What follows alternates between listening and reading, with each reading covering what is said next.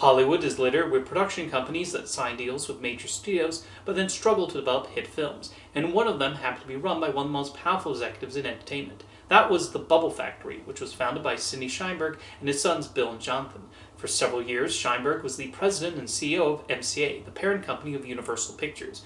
In that role, he was responsible for several of the studio's biggest hits and played a particularly important part in championing a promising young director named Steven Spielberg. He was impressed with Spielberg's early work, helped grow his career at Universal, and would frequently offer him advice. He was the person who first brought Spielberg's attention to Thomas Kennedy's novel Schindler's Ark. When Spielberg considered directing Schindler's List and then following it with Jurassic Park, Sheinberg suggested he instead film Jurassic Park first. Part of it was not only because it gave Universal a big summer movie in 1993, but he also knew that Spielberg would not be in the right mindset to make that movie after directing something like Schindler's List. Meanwhile, Sheinberg was part of an attempted plan by MCA to buy the Walt Disney Company in the early 80s. However, it never happened. But imagine the alternate timeline where Universal ends up owning the Disney library and theme parks. Of course, like any executive, he had good ideas and bad ideas. During the writing of Back to the Future, Sheinberg suggested that the character of Professor Brown should be named Doc Brown instead, which I think everyone agrees was the right move. However, he also did not think much of the title Back to the Future and sent a memo suggesting maybe Spaceman from Pluto would be better. Thankfully, Spielberg was able to convince Sheinberg otherwise. He had an infamous battle with Terry Gilliam over the movie Brazil, with Sheinberg requesting several cuts and a happier ending. These arguments affected the release of the movie until Universal finally agreed to release a cut of Brazil closer to Gilliam's preferred vision. In April 1995, it was announced that beverage company Seagram would acquire MCA, with the deal being finalized in June. Sid Sheinberg would step down from his position running MCA and started the Bubble Factory. The name reportedly came about from Sheinberg blowing bubbles in the backyard of his grandchildren. A sweet origin story, although I think it's a pretty silly name for a production company. Imagine being a director or the head of the studio and hearing you got a call from the Bubble Factory. The Sheinbergs signed a 5-year deal with Universal to help finance and release any movie on a budget between $8 million and $35 million. For anything below that range, Universal had the option to pass on it and let the project be taken elsewhere.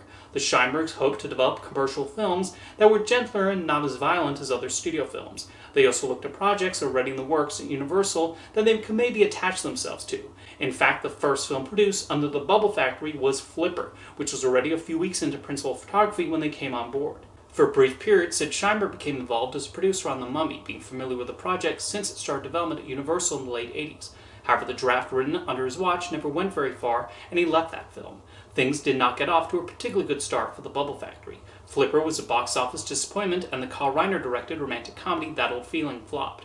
Universal turned down the opportunity to make a low-budget comedy The Pest starring John Leguizamo, so TriStar Pictures picked it up. Even though it's low budget should not have made it too hard to turn a profit, there were very few ticket buyers. Next came McHale's Navy, a film adaptation of the 1960s television sitcom. The film went over budget, costing $42 million, and ended up grossing a small fraction of that.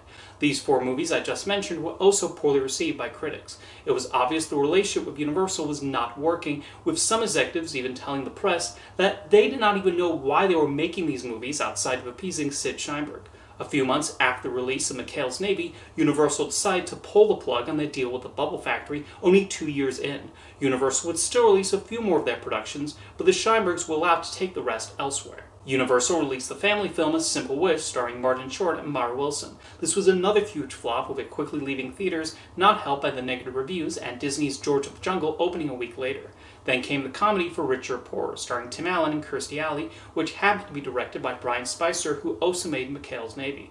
This film also did not do well.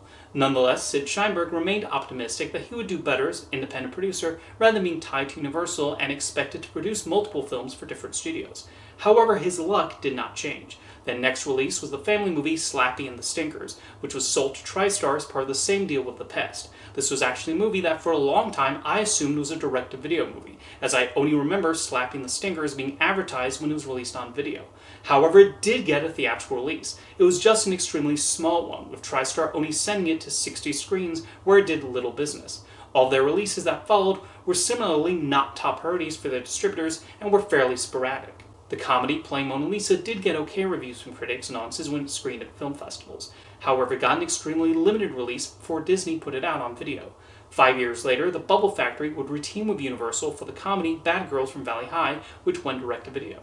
They were involved with an independent anthology film titled Made in Brooklyn, which also got little attention. So little, in fact, it does not have any reviews on Rotten Tomatoes, nor a letterbox page. They produced the horror film The Devil's Tomb, which, despite names like Cuba Gooding Jr., Ray Winstone, and Ron Perlman in the cast, was released direct-to-video too.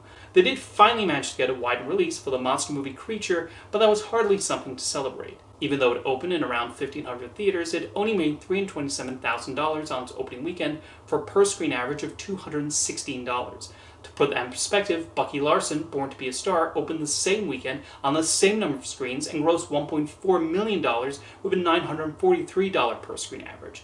The Bubble Factory then produced the action thriller What Lola Wants, which received a nothing release. They did produce Chapter and Verse, a drama directed by former Black Panther Jamal Joseph, which got very good reviews. And while the film's release was minuscule, its box office gross was actually okay for a movie that played on so few screens. The company also produced Heather Graham's directing debut Half Magic in 2018, which got a simultaneous theatrical VOD release. The following year, Sidney Sheinberg passed away at the age of 84. After that, the Bubble Factory became quiet and has not produced anything since. As for his sons, Bill Sheinberg has not had any producing credits since Half Magic, while Jonathan Sheinberg has mostly been involved in producing documentaries. As for the company they co-founded with their father, it was a noble effort, but it largely struggled. Under the studio system, a produced film studio did not seem to care much about, or just not the types of movies audiences were interested in seeing. And then when the Bubble Factory went independent, they fell into the usual issues that can affect production companies working in that space, like inadequate distribution and difficulty getting the word out there in a competitive market. I think it's clear Sidney Sheinberg will be remembered less for his time as a movie producer and more for what he accomplished at MCA and Universal Pictures, getting behind projects that excited moviegoers and especially the potential he saw in Steven Spielberg. See you next time.